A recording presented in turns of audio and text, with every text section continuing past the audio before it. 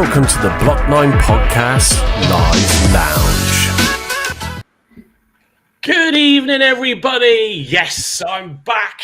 Well, actually, I'm still out in Lanzarote, so I've had to just quickly nip in from the pool to do the podcast tonight. Yes, no, of course I'm not out there still. Anyway, so evening, gents. Evening, everybody. It is good to be back again. Let me whip that off. Yeah, nice relaxing week away. Come on to that a bit more in a minute, because I suppose that's the only positive stuff we've got to discuss tonight. So, evening, Gavin. How are we doing? Very well, thank you. You? Yeah, not too bad. Andy? Yeah, good. Locked away all the blunt instruments, mate. So, yeah, all good. And we have Nick from PASC Displays in with us tonight, who's been busy today with his team and some volunteers trying to sort out all those little plastic seat flags and everything else. Nick, so how are you and how's your day been today? Yeah, tired. It's been a long one. But yeah, we're good. Thank you. Yeah. Good. So, yeah, a week away. I can see there's lots of comments coming in already. Argo on tour, Ninja Matt, just a Jana, and Andy Prowse are in the house tonight. And Vood is here. Camera's not in focus. Is it not? Hang on. Let me just check. And maybe my suntan's reflecting off and affecting it. Release your beacon. Yeah, exactly. There you go. It doesn't look like I've got much of a tan, does it? But evening, Voodoo. Good to see you in. So, I was saying to the guys before coming on, we've just thrown a few slide decks together tonight. We've got a bit that we could potentially go through. We'll just see how the show's going time-wise, and we'll come to it. But thank you for everybody that's joining us tonight. But yeah, so a week away in Lanzarote, which meant I missed the game on Saturday to Lincoln and Leyton Orient on Tuesday. But I mean... I did it. To be fair, I listened to the Lincoln game on the audio feed rather than watch it, and didn't even bother either way on Tuesday night because, to be fair, it was our last evening. And you know when you get that sort of gut feeling that it's just not quite going to happen. And yeah, clearly the result and the feedback in the WhatsApp group from the guys, it was just like, oh dear. But yes, do you know what? In the face of it all, it's not brilliant, is it? And actually what being away taught me more than anything is a lot of time and effort goes into producing these shows. And I have to thank Gavin, for sort of hosting and taking over that responsibility superbly for me while I was off. And Carl, Andy and the guys who also did their bits on the show. So I did miss it. I purposely didn't listen to it backwards because I didn't want to really depress myself on holiday, folks. So there was enough of that going on in the chat and on X, and I did stay off the social media. But look, so let me just get myself in order. So, like I said, after a week away in the sun, trying to forget about all things football and hoping for a resurgence, well, like Lanzarote, with me, the heat is still getting to the players. So since I flew out, Argyle lost 3-2 to Lincoln City. Bit of a comeback, but it was all done, wasn't it, in the first half? And then losing at home to Leyton Orient, 1-0 on Tuesday night, which sounded like probably one of the lowest of the lows. So that does mean now that Plymouth Argyle have been the first team to lose their first 4 games since being relegated in the 1956-57 series. And of course, we just love collecting unwanted records at the moment, don't we? It's safe to say, like I said, staying off X and other social platforms is probably sensible advice, while I let all those Argyle troubles pass me by while I was sunning it up by the poolside. Sadly, though, I am back and I'm here, and it's good to be back. And the reality is the situation, it is a bit worrying, isn't it? So what is going on? Who's to blame? Where do we go from here? Well, look, please keep your comments sensible tonight. I mean, by all means, voice your concerns, but we don't want to be banning anybody either now, do we? Hint, hint. Anyway, so let's just go straight into it. And I think what we'll do is, let me go to the slide deck. Before I do, let's just go through some of the comments. Let me just bring up the chat window for me. So we have got Andy Prowse. It's not the case that we likely only receive annual stage payments for players sold at a bigger fee, a bit like interest-free credit. Yeah, we mentioned that before. It's gone towards the Ice Bun Away Fund, just a channel in there. That's with reference to Where's the Money Gone, as Andy put up as well. So let me just go back down here. Stephen Cooper, evening. And I'm hoping tomorrow I'll order those tops, by the way, Stephen, so get that sorted. Saying well done to Gavin for hosting duties while I was off. Pilgrim P, evening. Good to see you in. Argyle on tour saying, Mike, do you want Haller out? No, I don't. And we are going to discuss that. There's so many hot topics, and we will try and cover as much as we can. We got Findy in, Argyle News Hub, who we partner up with. So evening to you. Gavin was terrific. Carl less so. The grumpy loyal? Come on. Work, isn't it? I mean, the figures soared, didn't they, Gav? Let's face it. Yeah. What was that, Andy? The figures actually soared for the last 2 lives, didn't they? You noticed that, Gav? I don't know. I don't really worry about stats, mate. I'm the antipode of Argyle. I just turn up, speak crap, and hang up. That's it. That's my philosophy. Very nice people to say thank you there. Yeah, no, I tell you what, it takes a lot to, like Gavin and I were just frantically trying to throw some additional slides together. Obviously, we've got some exciting news with another signing today. So it's not all doom and gloom, is it, folks? Well, let's break it down. So, evening, Spencer. I'll go on tour. I just changed my YouTube channel. Right, okay, I did wonder because I hadn't recognised that before. So good evening to young Spencer. And Ben also reiterating, Gavin doing a great job. I'm just going to there's a door there. I'm just going to go, come back later. Gavin, you can take over. No, so news update, as we always like to do on the live lounge. So, obviously, challenging start, as we know, with the team experiencing its worst league campaign in recent memory. It wasn't that long ago we were collecting more records, good records, than bad ones. But there is a little bit of positive and then brought back down to earth with a negative. But obviously, Joe Edwards is set to make a return on Saturday. So that could be crucial. He's obviously not going to play or start, I would imagine, no disrespect, but it'll be good, as I'm sure everybody will welcome him back into the squad. But sadly, Pleguezuelo, who had that operation just over a week ago, I think, is going to be out now, and it's looking, sadly, until February. So that is really, really disappointing. I'm sure he's equally absolutely gutted because he was coming back into it, and obviously we had him on the show a few weeks ago. If you didn't see that, go and check it out. And of course, being Pleggy's #1 fan, so we wish him well and a speedy recovery, and hopefully then he gets over those troubles. And then also today it came out about Poulsen's future. So, he's been attracting interest from AC Horsens, if I pronounce that right, and is considering also other options. Now, I think there's a part to me here that says, were Argyle waiting to get these? Well, we've obviously had Alex Mitchell. We'll come on to him in a minute as a loan. And then also Matthias Ross, who's joined us on a 3-year deal. Could we and were we waiting for those signings before letting Poulsen go? We won't necessarily know unless the clubs say that. We all, if it is true, then obviously wish him well. I know he's not had the best of starts to the season, but then you could say that for quite a few players. Voodoo saying plenty of time for Pleggy to get involved in the show. Well, yeah, we'll see what happens. He did say he would come back, but hopefully with a few wins and some points under our belt. And also maybe to rub salt in the striker vacancy wounds. Dale Taylor is expected to start on Saturday for Blackpool against us as their main strikers being unavailable, including former Pilgrim Niall Ennis, who obviously got a straight red card on Saturday, so misses the game. That's a shame. Voodoo saying, Poulsen's other options retirement? Yeah, quite possibly. Argyle tweets, evening. Good to see you in as well. So, basically, well, we've got the signings, but before we go to that, let me just, because I forgot to put in a slide for the post-match. Now, all I want, gents, is 5 minutes, give or take, or less if you really want to, on the game on Tuesday night. Obviously, I got some of your feelings in the comments. Andy, I'll come to you first, actually. I know you felt it quite raw after the game, and then obviously reflected back as you do, as everybody does. Give me your view of that on Tuesday, because 2 back-to-back home games and we just couldn't even turn it on, could we? No, very, very frustrating again, and not helped by a crowd that sort of soon got on the backs when we went a goal down. But I think we started off well, and we played some nice football in the first half. Second half, we just turned it around and played like hoofball.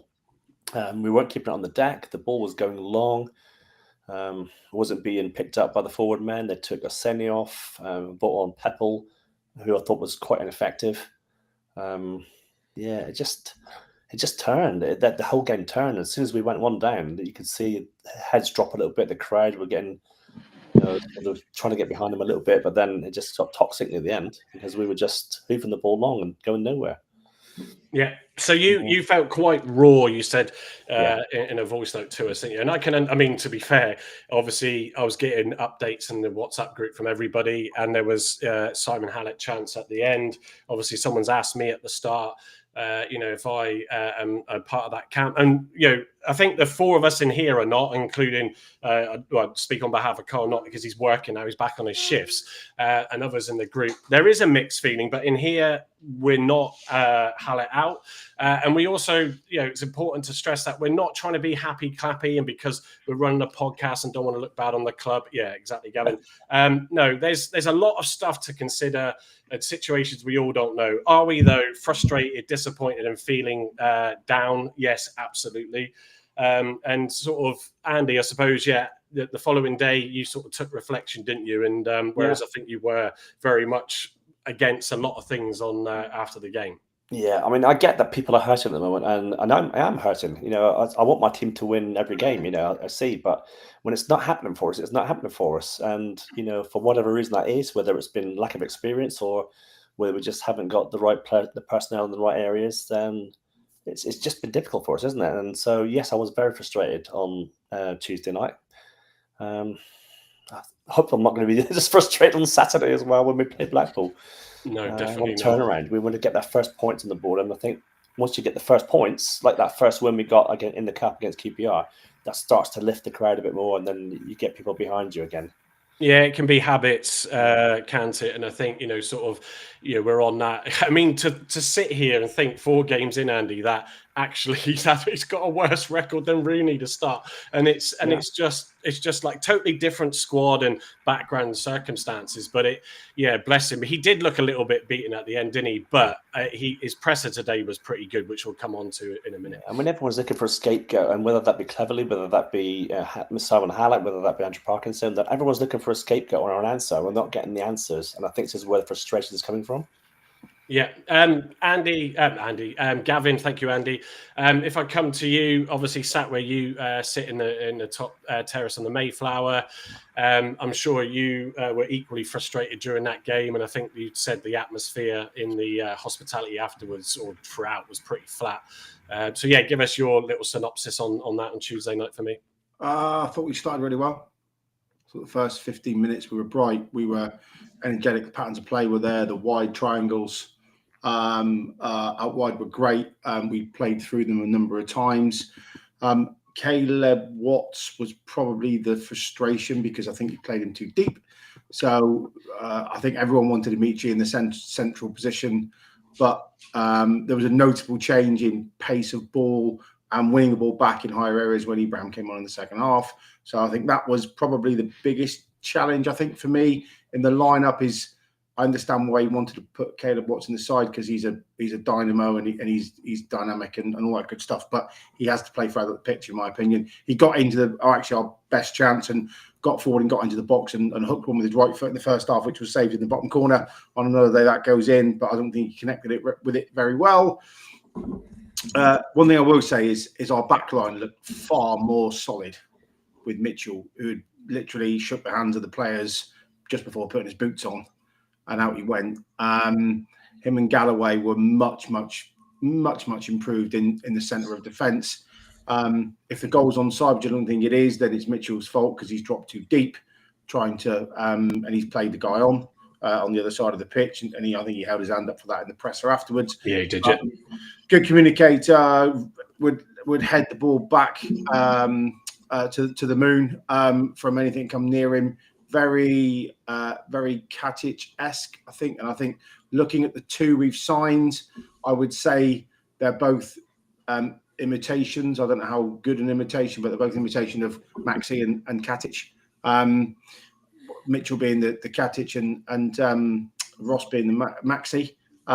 So when they get together, I'm quite excited about that. I think that'll work really well. It means we've got good depth in Brendan and Cornell, although Cornell I thought actually said had a quite a good game at right back. So second half, I think Andy hit the nail on the head. For whatever reasons, our patterns of play started to break up. We started to play a lot more lump ball. I think because Pepper was on the pitch and they thought, well, he'll own it up. The problem with that is you need players to run beyond Pepper when he's got his back to goal and the ball at his feet. And they all stood there and went, pass it to me like an 11-year-old, which meant there was no rushing on. The defence didn't get stretched. And then our pace players never got the ball and went wide. And that was the big challenge. Looking at it from the lower or upper Mayflower in the front quadrant where I sit on the halfway line, just begging out for when Pepper got the ball. He held it up really well against a very strong defence. But he never had the chance to flick the ball around the corner to a guy running on or have a midfielder see two runners and ping one into a gap. And then the couple of opportunities we did have in the second half, they were more Seni type opportunities where it was on the shoulder, needed some pace, and Pepple didn't have the pace.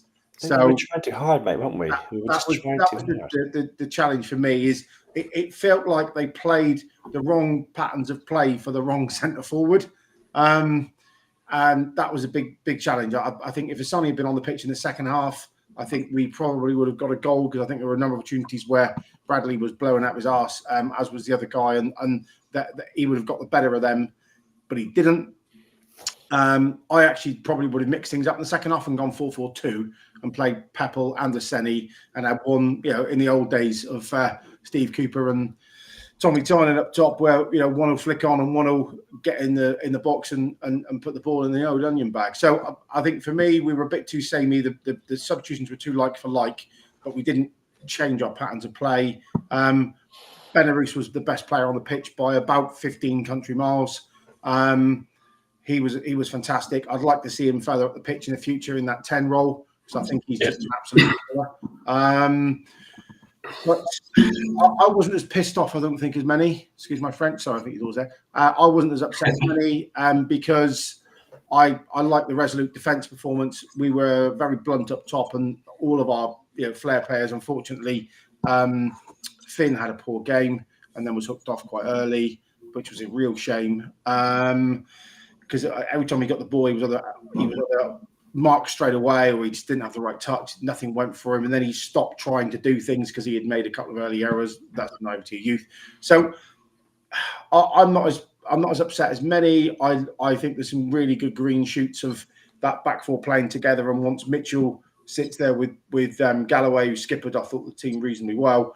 Once they learn each other's sort of idiosyncrasies and play more of a cohesive unit, I think we'll concede far less goals. And then you just hope that our Amichis and Bally's and Asanis and Caleb Watts, etc., and when Patterson's back, they'll start to produce good efforts on goal, and we'll start winning games. I think that excellently put. Thanks, Gavin. I think that's the thing, isn't it? Is we obviously only conceded the frustration is, I think that was their first shot, wasn't it, on target? And that's that obviously happened in the previous games. I mean, Nick, it's and coming in with the likes of Alex, and we'll come on to these player profiles, and also Matthias Ross. I'll bring him in now because he sat in the waiting room patiently. But Nick, you can. We got Bo with us tonight, evening Bo, who's going to give us a bit more of a view on Matthias Ross. So for those of you that don't know, Bo is a Danish Argyle fan, and he's been on a few of the pods. So we welcome him for the first time on the Block 9. But yeah, Nick, I'll ask you the same question as well, Bo, because whether you watched it that night. But yeah, Alex did admit to it being his mistake. I know in the chat, I think someone said, Galloway, caused the error, but Alex put his hands up, which was credit to him and respect for that. But it did sound like we were a bit more solid in the back, and obviously we only conceded the one. But I think against Blackpool, if we can sustain that, and within the training a few more days, they can get to work alongside each other better, it will hopefully give a bit more of a positive, sort of for the attacking line in the midfield to sort of feel like that. If they lose the ball comes back. We're not going to see a goal coming straight back to us early in the game. Yeah, no, I think that's a fair comment to make. I mean, it's it's a big thing coming into a football club and then being asked to play 60, 70 minutes straight off the bat for a nuclear team where you've literally just met the other players pretty much. So that's always going to be a tricky thing to do for any player to come in. And I think he handled himself very, very well. I think he cramped up towards the end, not playing as many games and since pre-season, so which is understandable. So yeah, I mean, the more they train together, the more they play together, they're going to understand who's going to go, who's going to sit, who's going to mop up. That's all going to come from training and playing games. So, yeah, positive start. We definitely look more solid. And it's a foundation, isn't it? I mean, all right, we still conceded, and he held his hands up and said he felt he was sitting a bit deep, and he thinks he was playing them on. He said he took full responsibility for it, which, when you're coming into a team, I guess is admirable.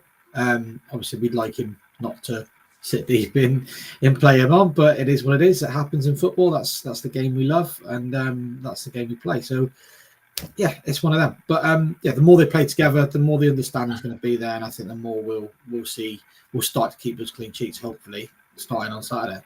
Yeah, I think the Bo. Did you? Thanks for that, Nick. Did you watch the game on Tuesday? Yes, I did. Yeah, and so, I mean, folks, everybody watching, we want to sort of move on quickly from this. Obviously, we need to touch upon it because that's what we do when there's a weekday game. But I've seen it in the comments, Bo, and he was really exciting to see in previous matches as well. Is Belarus, sort of. I think, if I recall, cleverly noted that in the post-match presser too. Trying to remember now in the flights to and from Lanzarote. But how have you felt over this start of the season? Where you can't be there either, so it's even screaming at the TV. Yeah, it is. Actually, just screaming at the TV, trying to keep calm, not screaming at the kids or the wife or anything. Well, it's been tough. I'm in the same boat as you guys. Even though I'm native Dane and living in Denmark, and it's a long way to home park, I'm still following it like it's my own family. So it's hard times at the moment. But as most people who know me, I've been following Argyle for more than 30 years. So it's not the first time I've felt down. So I'm still optimistic, but all the comments you read on social media, all the things that happens around the club, is something needs to be answered to. If it's about the money, where's the money gone? Or if it's the board, or if it's actually Tom Cleverley's tactics or a wrong set of players or squad, I really don't know. And I really don't care. I just need answers soon. So hopefully we're going to see that some additions to the squad, and hopefully maybe Cleverley will do some other tactics in the coming games. So will give us the first win. I'll keep my fingers crossed for that. Yeah, I think it is difficult. I mean, it's been a challenge in 2 years. We've talked a lot about it on previous shows, and as everybody has, where does the blame lie and all this sort of stuff. And it is difficult because when you're not there running it, it's very, in any business, it's easy to look in from the outside and just sort of go, oh, well, they should be doing that better, and they should be doing this, and they should be doing that. And in business, as some of us who are involved in it know, you don't always get every decision right either. So, it's just, and when you're in the public domain like you are, it makes it worse. And I think, that's why I stayed off X, to be fair. I mean, when I went away, I wanted to spend time with the kids and the wife and enjoy that. Work's pretty crazy, so I wanted to sort of forget about that, which I did quite well. And obviously the pod and all that sort of stuff, but you can't help but when the games are on having to listen or watch them, and keep an eye on it, but let alone the WhatsApp chat. So I kept it to that, and I just stayed off X because it just, you can sit there, Bo, can't you? And it can just mentally drain you because you get wound up as well. You start thinking this, someone says that, and then there's a rumor about this, and that spreads like wildfire. You'll never stop it because that's sadly the way it is. And yes, everybody's entitled to their opinion. Personal attacks, and when it's getting a bit abusive, I think is totally out of order. So yeah, let's move on to some positives. So Bo has joined us last minute. We would just sort of message him, and obviously we've got new signings. I'll come on to. We'll start with Alex because that's the way the deck is, and then we'll come on to Matthias. Right. Do you want to? Nick's not only got a few. Oh yeah, sorry. Nick, have a little 2 minutes before he disappears. I mean, crack on. Yeah, Nick. So Nick's got to go away and get dinner ready for the missus when she comes back from work, haven't you, Nick? So yeah, so, that mate. Simple as that. But, yeah. So obviously, good effort from everybody today, getting all the stuff tidied up and sorted out this morning. So if any of you are watching that did help with that, then that's obviously always appreciative where you can, where that shout comes out from Nick. But give us your prediction, Nick, before you go then for Saturday, and what you think that's going to be. Predictions are what I hate doing predictions, but I'd like to think we're going to win Nick a 1-0 win. I just want any win will do. It doesn't matter how well we play. We just need to get that first goal. And I think if we get that first goal, it will be completely different. Because I think if we get that first goal, the crowd will suddenly be behind the team more. And I think that will push them. And I think we will. I think from there, they will gain confidence. I just hope they don't freeze if they go 1-0 up and then think, shit, we're 1-0 up here. Let's not lose the game. That's my only concern. But I'm going to back them. I think we'll win 1-0 on Saturday. Yeah, well, look, I think just to, look at the positives from Voodoo's message here. Look, check out the odds on high fixtures, especially if we sign 2 to 3 players, and more so this one. I'm quietly confident we won't finish bottom 3, so 4 from bottom. And of course, just to point out, Nick, thanks for coming on for the short time. We've been speaking a fair bit over the last few days, especially. But yeah, of course. Nick and PAFC displays are never going to do banners of the likes that were touted on. So I did see clips of it because they were shared in the chat. But that is not what they're about. Nick, anything you want to add to that? Yeah, just we got quite a bit of requests for it, and it's not that. I mean, I think one comment even said it was that we were in bed with Hallett, and it's comments like that which I had to bite my tongue with, and it was just not something that I wanted to discuss. It's nothing to do with that. We've built a relationship up with the football club as a whole over the last 8 years, and that's all across the club at all different levels, from the ground staff to the media team to we have the odd occasional conversation with Simon Hallett. But even into the first team dressing room. So if we start doing stuff like that, straight away that relationship with the club that we've built is completely destroyed. Yeah. And that's not what we're about. We're about trying to improve the atmosphere at Home Park if we can. We're all about backing the team and backing the lads, and backing the lads that pull the shirt on. The politics and things like that we'll leave for others to discuss. That's nothing to do with us. We've never wanted anything to do with the politics of how the football club is run. We'll leave that to other people. But yeah, so we were never ever going to do any sort of Hallett out or where's the money gone banners. It's not something in our wheelhouse that we will ever look at. Yeah, no. Yeah, exactly. So Nick, look, we'll let you go away and cook. Do you know what you're cooking for your missus tonight? Cooking's a very loose word, mate. It's just prawn salad. So it's a lot of chopping. That's about it. Fair enough. Look, go away and do that, and we'll catch up. Probably tomorrow at some point, no doubt, on stuff. So, yeah thanks, Nick, and we'll wish you well and catch up with you soon. Cheers, gents. Thank you. Yeah, mate. Take care. Bye. So, there we go. Let me let's get the nice, easier view of the 4 tiles. So, there we go. Right. So, Bo, are you okay for time? Just to check, actually. Yeah, just keep going. No worries. Cool. Yeah, so Voodoo just echoing PAFC displays are legends. Absolutely echo that with what they do. So was it Monday, late Monday? Was it? Yeah, it was that Alex Mitchell was announced, wasn't it? So obviously we've added 2 defensive reinforcements, which we were all agreeing, I should say, over the past few weeks that was clear. Poulsen certainly wasn't having great games. Zooks looked unsettled, and even Galloway, which clearly was not the case on Tuesday, was not looking great. So it was like, we need to make these changes more than we do a striker. We still don't have this striker signing, but obviously we welcomed Alex Mitchell. And as we've said, he literally trained with the squad that day and went straight in. No qualms about it. Announced in the statement that he would start that game, which I thought was quite a powerful statement to make. He's on a season-long loan from Charlton. So born 7th of October 2001, joins us on a season-long loan, 23-year-old centre-back wearing the 15 shirt. Let me go to the next slide. So his career journey from Millwall to Home Park. So he started off at the Millwall Academy and developed through the ranks there, has embarked on multiple loan moves to gain first team experience. Loans seem to be just his thing. But if that works, I'd rather as a player be able to get football minutes than not at all. Bromley, then Leyton Orient, cut his teeth with 9 appearances in the National League for Bromley before impressing with 26 league matches for Orient. Obviously, then the team that we faced on Tuesday.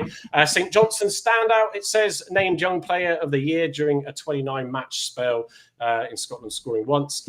Lincoln City success, game before that, and Player of the Month honours in 2023, October, I should say, that month, and impressed with a 36-game campaign. And then Charlton promotion, so key contributor in athletics, successful playoff campaign with 31 appearances and 2 goals. So, you all said that he looked really assured. Sort of, Bo, I'll come to you as we've brought you in. Were you impressed with what you saw, and are you impressed with that signing as well from Argyle? Actually, I'm quite. I think he's doing good. Actually, been brought in the day before a game, been put directly into the team. He had actually a good performance, I think. I think what is it, Gary just said, he looked a little bit like Katic, the kind of type of player, and agreed with that. So actually, I think he's going to be a great acquisition for the squad, and actually, I think he's going to be in the starting 11 quite a lot if we can keep off injuries. So I'm very positive. Yeah, no, it's good. Gavin, what's your thoughts on Mitchell? Obviously, you saw him as well as Andy and Bo. So you sort of positive towards what he can bring to the table? His positioning's very, very good for someone who's in the mid-20s. I think he's got a football brain of someone in their early 30s, which is really useful.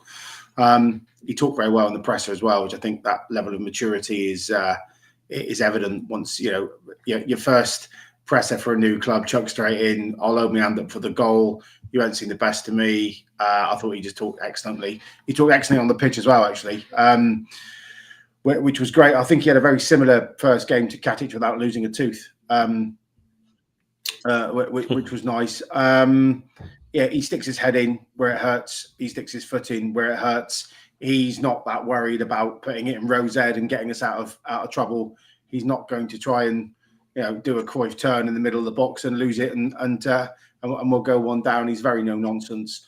And I think he's a genuine good League One centre half. I think in what we've had in the past of Scar and the big sort of hefty enforcers, I suppose, that you worry about at night when you're a striker. So I think he'd be great. He does need someone with a bit of flair alongside him. I think you can ping a ball. Galloway did that quite well. Such, if he plays alongside him, or Pleggy, I think would be great too, because we need someone with an outlet, certainly on the wide diagonal balls. If Amici and Ballymumba are going to be sort of getting chalk on their boots, as it were, and hugging those touchlines, then having someone who can ping that. And I don't think he's got that in him. He seemed to pass the ball nicely, but I don't think he's got a 40-yard pass in him. But yeah. I don't really care about that, quite frankly. I want him to get in where it hurts and stop the opposing strikers from getting a shot on goal. So I think he'll be a great prospect. I'm hoping that somewhere in that contract there's an option to buy. Yeah, I think he's worth about 600k on FotMob. And I think even if we went up, I'd still have him, because I think we showed with Katic and Maxi last year, when you have those two types of players, things are a lot easier with a really strong spine. If you haven't got it, and we haven't had it early this season, there's lots and lots and lots of opportunities for people to concede really soft goals. So very impressed. Glad we waited for him and not potentially got the boy from Scotland, who I think's been injury prone. And shoulder, yeah. He seems a really, really good prospect for the club. And I just doff the hat in in Mr. Randall's direction, because I know he's like taking a lot of shit on social media in the last few days. That's a really, I think for me, a really strong signing, and I'm hoping that Bo will tell us that we've got our Katic and our Maxi's going to be available from Cheltenham to give you a link. I think brilliant, and I'm excited. Sort of reading up on him while I was away. It was good. I didn't see the game. I didn't listen to it, as I said earlier either. But I mean, Andy, sort of reading the notes, on him, he's a bit old school in the style that he plays. I think, listening actually to a clip from Gary Neville on the overlap, just saying how sort of defenders are getting more attention and than your sort of key midfielders back in the day and your strikers. And actually, what we need to do to just settle down, in my opinion, is just be a bit old school and just, if in doubt, hoof it out, whatever you need to do just to take the pressure away, and then if we can settle down and sort of play a bit more passing from the back, then fine. But we've just got to get those basics right, haven't we? And I think he definitely seems that type of player that's going to bring a bit of stability. And as Gavin said, I thought his presser, and I did watch it, was absolutely brilliant for him to just start and come out and do that straight away. Yeah, I think we've got a real gem there. I mean, a lot of our goals conceded early in the first 3 games have come across the box, and there's been no sort of challenge for it. But he looked really assured. He looks a solid defender. It's like Gav said, he's going to get it out of the trouble area into row Z if it's needed. What I do like about him is like not arrogance, but he sort of bigs himself up. He gives himself that sort of, I'm confident, I'm here, I'm here to do a job. That winning mentality is going to be massive, because he's come in from a team that's gone up through the playoffs, right? So you can see he's got that swagger about him. All right, I'm here, boys, we'll sort this out. I quite enjoyed that. But what's Ross's mentality like? Is it very similar? Yeah, I think so. He's like, he's not a non-nonsense defender. He's still a young guy, but he has both pace. He has the calmness when he has the ball. He's a great header. Hopefully it'll turn out to be a good match at the back when he arrives. Has he got similar attributes to Talavirov? Yeah, some kind. I can't really remember how tall was Maxi. Do you guys remember? Maxi was 6'5". Yeah, it's about the same thing with Matthias, because I guess he's 6'5" as well, 190 centimeters we use here. I think, if you look at the player, he's still young. He has a lot to learn still, but he's a great talent. He left Aalborg way too early. He should never have left for Turkey at his age. He should have stayed, developed, and become an even better player than he became to be. So hopefully he will thrive at Argyle, and hopefully we're going to have an asset here. I think he's a great player. Always fancied him. Always liked the way he played. He's with passion. He's aggressive. He's good on the ball, as I've said before. He's a great header. Always wants to go into the box when they have some attacking set pieces, always dangerous with his head. And then he's a leader. Even though we have quite a few leaders in the team, he's a real genuine leader. Even though he was only around 18, 19 years old, he actually wore the armband at OB. So, so that's nice. But would you say that he's going to become sort of a captain figure at Argyle, because he's got a 3-year deal, hasn't he? And I saw a video you put on X earlier on with him in front of the fans, with all the fans singing his name and him doing all the sort of dance and stuff.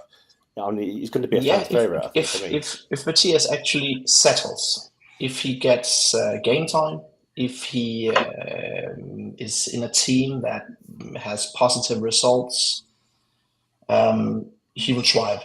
I know. He will be an asset for the club. I think he chose us instead of 3 championship clubs. Of course, it's only rumors, but when it's out there, I think it's actually generally right. For me as well. Sorry, Mike. Just last thing. No, last season, when we had a long throw from Such, when we were at a corner, when you had Katic and Maxi in the side, right? You go, oh, I'll have a lean forward on my seat here because I think that something might happen. Since the beginning of the season, every time Sucha's got the ball in his hand, I've kind of sat back and gone, "Oh, where's my beer?" You just never think once that you're going to get it over the line. So I shared some highlight reels yesterday when the photo was leaked with him and his agent. They both look like they're players that are going to get up and really challenge the box on set pieces. And also, just conversely, every time we concede a corner this year, I'm kind of looking through my fingers going, "Oh, please no." A bit like Ryan Lowe's time. Now, with these two on the side, hopefully where we were with Katic and Maxi last year was like, we aren't conceding here. They're going to put their head through this and we'll be back up the pitch in no time. So do you think that from certainly from Ross' perspective, and we've seen it a little bit already from Mitchell, do you think that's going to come out in spades again? Yeah, of course, if he's allowed. If both Alex and Matthias is allowed to go into the box with from corners and from long throws from Such and attacking options like that, of course we'll see loads of more headers because he puts his heads on everything. Yeah. He is more or less like a not a catcher, but a Maxi kind of player. So yeah, I'm looking very much forward to we can actually win some aerial duels. So yeah, it'll going to be nice. Hopefully we'll get a goal or two. Yeah, even though he's only had like 2 or 3 goals in his career, but then again, he could have scored that many more. I've seen him 80 times, I guess, when he played for my local team here. So I've seen him quite a lot. You can look forward to what you're going to see. Yeah, I think it is exciting, and thanks for messing up my slide deck, Gavin. Coming in early on. I'm so used to hosting now, Mike. I know. I was gonna pop out and do a bit of food and stuff. No, it's fine. I just want it, but it's exciting. I think. Before I just finish off on Mitchell, what pleases me is I think he'll fight to go straight in, and I wouldn't be surprised if he starts. Depends on how the training goes on Saturday. And I've seen a few comments in the chat tonight about Hammond, and there's one thing as well that also helps the keeper is when he can also rely on his front line. So I think it will be interesting that. With only the 1 goal conceded, I'm guessing Hammond didn't have much else to do really all game. No, he did. He made 2 or 3 really good stops. Oh, fine, okay. Thanks. And he commanded his box much better. I don't think the Hammondators could have had Hammondators. That's not the commentators. Can have Della Zuch had a good game I'll say it. There you go. I'm on record. Della Zuch had a good game on Tuesday night. Yeah. No, good. And I think that stability, with some more experience in there, will help further with that. Just to end on Mitchell, then, why fans should be excited? If you didn't actually before that slide, ignore this little bit at the bottom because the little AI tool obviously said that he'll be available for selection. That was what was in the presser that I used. But yeah, what the club said about Mitchell, we've been looking to add defensive options, and in Alex, we feel we have the perfect addition, brings experience of consistently winning. That was from Tom Cleverley. And David Fox said he is tall and physical and also good in both boxes and just a good defender. He will bring positivity and freshness and instill a winning mentality. So that was great to read. And why we should be excited about him, even though we've heard some positives already from Tuesday night. Young but experienced. Despite being only 23, Mitchell brings a valuable experience from National League to Championship level with over 100 senior appearances under his belt. Defensive leadership, and obviously you touched upon that, Gavin and Bo. If we've got 2 players that come in with leadership qualities, because we've said in these first 4 games, whether or not Tuesday was a bit like that, probably less so, there seemed to be lacking that leadership on the pitch. So that's good. The winning mentality, and obviously he's had that immediate impact coming in. Also, it's worth noting on both of these potentially, and Bo summed it up that Matthias has turned down potentially some championship clubs here as well. We were all wondering what was going on with these signings, and the striker, we were all seeing the ups and downs of Dale Taylor and Burrell, and then equally saying that we need a centre back or 2 more than a striker now. When we sit there and go, we're clearly not throwing the money and we're clearly not doing this, or the club's not doing that, it was quite clear from Mitchell's interview that obviously the club were interested, but Charlton held back because of injuries. We heard about this rumour as Bolton kicked off, because obviously cleverly was expecting a defender centre-back to join then, whether or not it was Mitchell or someone else. But effectively, sometimes these things are out of your hands. This is not me trying to just make up excuses. It's just the facts. And Charlton decided to sit back because they got some injuries. So Mitchell couldn't join as soon as ideally he or the club would have wanted.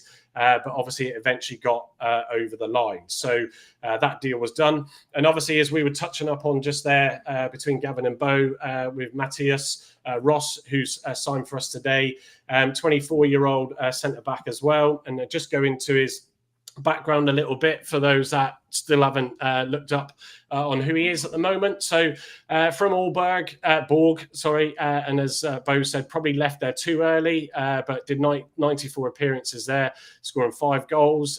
Then went to Galatasaray, had 2 European Cup appearances and got 1 goal in that as well. And I can't even pronounce that, excuse me, but 21 appearances and 2 goals for NEC. Bo, can you help me out there? Anyone? Thank you. And Sparta Prague, 11 league appearances plus Champions League. So Ross has represented Denmark at youth level across under 17s, 19s, 20s and 21s, showcasing his pedigree as one of Denmark's brightest defensive talents. Yeah, there's his journey through European football. I won't read through all of that because I'm conscious of time. This player traits, though, Bo. So, yeah, you've mentioned some of these already, but just to touch a little bit further. So, strong defensive aerial presence. So, these throw-ins that Gavin said, from Zooks, which when you've got that ability, you want to really maximize that. Plus, also when defending, again, this is where it will probably bring some confidence to Luke Ashby-Hammond. Ball playing ability, comfortable under pressure, obviously youthful potential, some good experience at the age of 24, and versatility, so ability to play across that back line. Is that fair then from that, Bo? Yeah, I think so. Those abilities that's on the screen now is actually spot on what I think when I saw him play.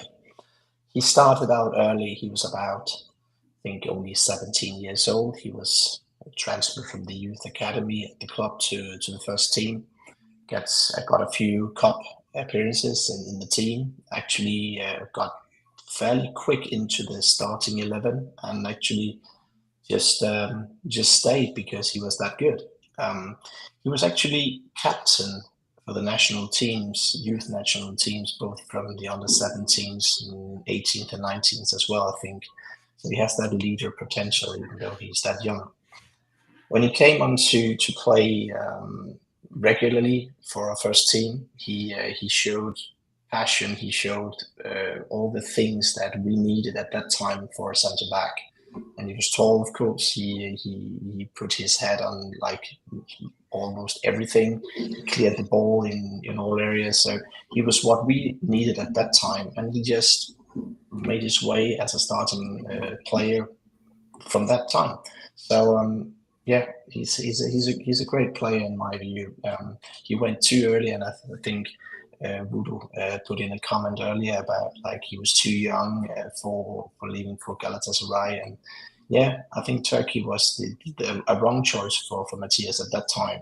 And of course, he's got quite some experience both playing for the Dutch team and of course in Sparta as well. Played in Champions League as well, so he has the potential to become a great player again. He has great potential, and I actually am looking very much forward for him to have his debut. Yeah, I think, and also just to Jana noting, I think Matthias will play the I can shine high with a weaker squad and get noticed a lot more. I mean, that's what obviously happened with Katic and Talavirov.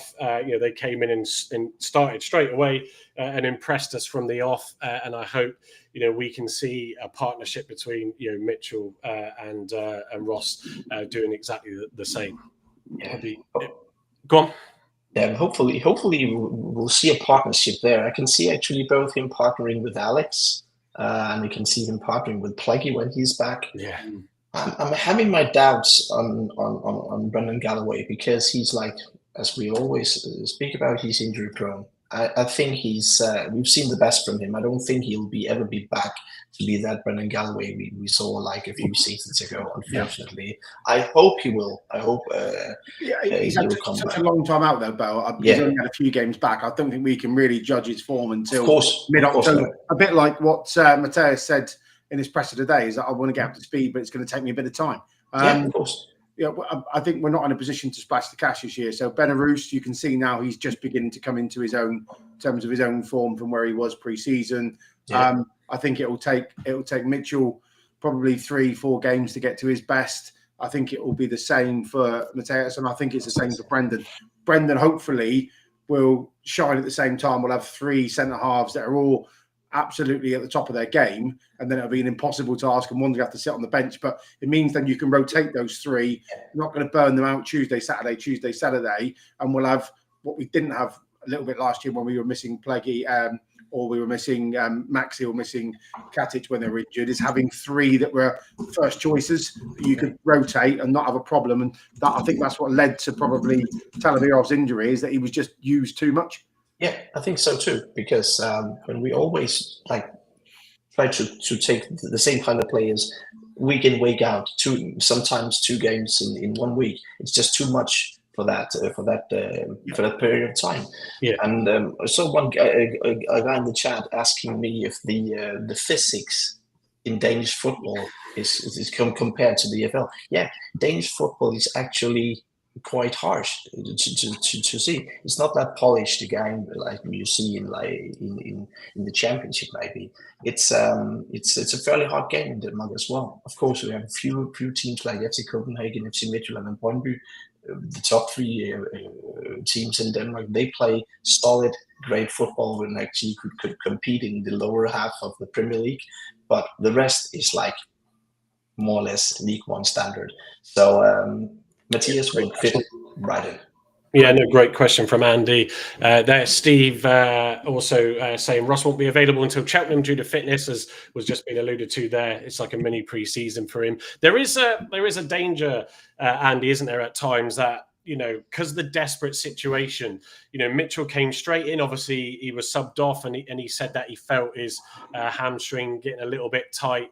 So, you know, suggested to the bench that, you know, he'd come off. You know, it's good that, you know, he was willing to do that and being sensible and not trying to play through it and cause more injury for himself. But this is the danger, isn't it, when you've got problems at the back and you sort of, oh, can we get you in straight away? Are you okay with that? Because we're desperate to stop the goals from going in and leaking, and but you don't want to risk then injuring that player even more, do you? Yeah, I mean, this is the trouble that Cleverley's had, you know, when especially with Pleggy out as well, and he's a massive loss, and Paulson, for some reason, not being able to play in a back 4, you know, back 3 is probably, you know, with the centre backs as well, is probably his best position. So Zooks hasn't been sort of performing as well. So you want to sort of fill it with people right away, and there's always a danger that if you do thrust these players straight into the squad like we did with Mitchell, then they're going to pick up twinges or whatever. So yeah, going to try to protect them in some ways, but you've got to try to sort of compete as well. So it's very difficult. Yeah, no, it is. It is. And some good comments in there. Stevie Vaughan, I just put up on the screen. You can see it anyway, as obviously we show the comments as they come in now. Always remember when Rooney overplayed Edwards and was out for nearly 6 months. So, yeah. And Argyle on tour. So Spencer saying, hopefully Cleverley can get the best out of Ross. Bo, do you know if he is injury prone? Good question. He is currently injured. I don't think he is, but is it so he's not injury prone effectively. Well, he's not injured, and he's not been injury prone. He had, I think, one single injury. I don't think he's ever been injured at the time at my local team. So no, he's not injury prone. I think he's going to be fairly all right. No, that's good. I think Spencer, who's Argo on tour, was wondering if, and it's a good question to ask because obviously we've signed some players that have, you know, had it. Obviously Belarus and Patterson are 2 recent examples. So fair question to ask, but that's good to know that he isn't. So yeah, look, I think the sooner we can get him ready and get him in, it's going to help. If Poulsen has got interest from this other or these other clubs and does leave while we try and get him ready, it's how much that disrupts things. We'll soon find out, I suppose. But yeah, just go in looking through the comments. PFC Green Army. Poulsen was a decent player. Never forget Brentford away. Hope he does well at his new club, if that is official and what is going on there. So just to end on Ross, what to expect on pitch abilities. He's the top 6% according to the stats out there. Goals, exceptional scoring record for a defender. It's not hard, I suppose, in some cases to be up there with that. Top 3% defensive contributions, 75% aerial duels won, which is what Bo was telling us and we were talking about, and 72% on chances created. So you've got Mitchell's a bit more old school, and then Ross, who's that defender that likes to create some movement and passages at play. So that's going to be exciting to see. So club statements on him. So Tom Cleverley said, Matthias has excellent pedigree and tremendous potential for development. He will complement our squad and challenge for a place. Why we should be buzzing. Youth meets experience, that dual threat, modern fit and ready to compete. I think on Gavin, on Cleverley's comment there, it alludes to what he said in his presser, which we'll be coming on to in a minute, where he said, and I suppose even I questioned how long is Cleverley going to give it the way it's going, but he reiterated what he said to Simon Hallett, and that would being committed for the long term. So this is another player that clearly from that comment is all about, sort of developing and complementing the squad, 3-year contract, potential captain as well from what we've just heard. So that I don't think Cleverley's going anywhere, is he? No. Well, he was all but asked today in the press conference, but look, if you look where he's come from, it's you don't have your name on your door as a manager at Watford. By the time the paint's dry, they're scraping it off and giving it another lick of paint with another name on. He's craved, I suppose, what all young managers would crave, which is some longevity to be able to show people how he can build a squad and be successful. After 4 games, 6 games, 10 games, he ain't going to be going, oh, this isn't for me. I have to go and redo this all again. Not a chance in hell.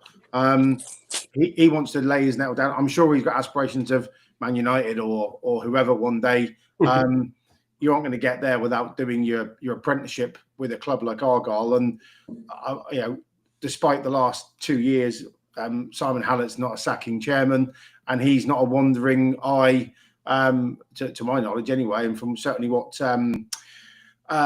James said from the Watford pod, loyal guy. He said in his presser he didn't leave through choice. He left because he was asked to leave, quite frankly. So I don't think there's a problem here at all. And the fact that he's going to be able to morph a squad into his own vision is going to be a big bonus and a massive contributing factor to his success long term, I would say. Yeah, I just laughing at Voodoo's comment. Cleverly said he'd stop commenting on striker updates. He did the other day, and today gave a striker update. So I think that's only because we're close to signing one now. Now he's all right. He's probably got until that dotted line is got a squiggle on it. Then we got to be careful. So conscious, Gavin and I. I should say, when we were prepping for this, Gavin had done a lot of work on 2 topics, roles and responsibilities and also balance sheet, trying to give a little bit of context to people who have asked, where's the money? And also, what are we doing with this, that and the other? And we've got no money left because we're splashing it on silly, vanity projects, as people have called it. So conscious of the time, Bo, you're more than welcome to hang around as well. So just let us know if you need a shoot. Gavin, obviously, with us, we said that if we're running a bit in, then we might drop one of these things. So do you want to go to the roles and responsibilities there? Yeah, do that one. Yeah. So let me just jump. That should be slide 19, he said. There we go. So Gavin's put this together. This is what we do for those of us that joined us tonight, as many of you that are coming back, which is great. For those that are new, you can see we throw some slide decks together to give context to the sort of subjects and topics we're talking about. And we also aim to try and bring a different angle or perspective on things to the show. So tonight it was going to be two things, but we can save the other one for next week. And this one, go on, Gavin, I'll just hand it over to you. The reason why I did this, because someone asked me to do it when I was at the decks in my hand when you were away. Mainly because a lot of the fans are going, "Oh, Hallett, you didn't sign so and so, and Hallett, you didn't. And where's the board? Why haven't the board signed these players?" And it was winding me up more and more and more. You know, for those who don't know, I'm a wanky management consultant for a living and do M&A, right? So I spend a lot of time with businesses, biggest clients 700 million turnover, smallest clients about 4.5 million turnover. So a big dynamic breadth of businesses. And the board structure is quite interesting. And from the board structure, a lot of the bigger companies have something called a racy model, right? Which I think Voodoo took the piss out of me for, actually, off memory, off the last time, which is unusual for him, I have to say. And then he flattered me tonight, which is a double-edged sword. But when you're looking at a set of tasks, either in a project or for portfolio holders of businesses and certain departments, you often then put a racing model together. So race is a really simple thing. It's a list of tasks down one side, and it's RACI across the top with a name. And essentially, a list of names of people, and then RACI, and then you tick the box. So, for example, R stands for responsible. So who does the work? Yeah. A is for accountable. So who has the authority? Where does the buck stop? Whose bollocks are on the chopping block? Simply. C, you're consulted on a task. So you don't really need to know about it. Was it Raki? Was it bar? Yeah, that's a horrible drink. That is disgusting, that stuff. And then informed, obviously, is who's going to be kept updated. So I thought it'd be quite nice to just do a couple of quick examples of like things that go on in a football club and who would be on the racy model and what role they would play within that racy model to be able to basically perform the task, right? Which is cool. So you want to flick next slide, Mike? Yeah, Bo's just leaving us. Bo, thanks for your time. We appreciate you coming. Hopefully, see you at home park between now and the end of the season. You're going to get over. Yeah, I'm trying to. I'm trying to make it to home park this season. If it's going to be this year or maybe just first in the fall in 26, I don't know, but hopefully it's going to be soon. It's going to be. Drop us a line and we'll get you a point. Yeah, thank you so much. Thank you. Yeah, thanks welcome. so much. Thanks for having me. See you later. See you, mate. Cheers, Em. All the best now. So yeah, there you go. There's your next slide, Gavin. So governance structure, obviously we all know the business. So Simon's obviously non-executive chairman, and I was talking to Nick from PAC Displays about this beforehand. But then the board of directors that Simon basically manages, so he chairs that board, and then there's an executive team headed up by Andy Parkinson, who's also on the board, which is a bit confusing. But they then have a team of managers, heads of department that fulfill the day-to-day function of the business, right? So that's it in a nutshell. So you can flick on. Yep.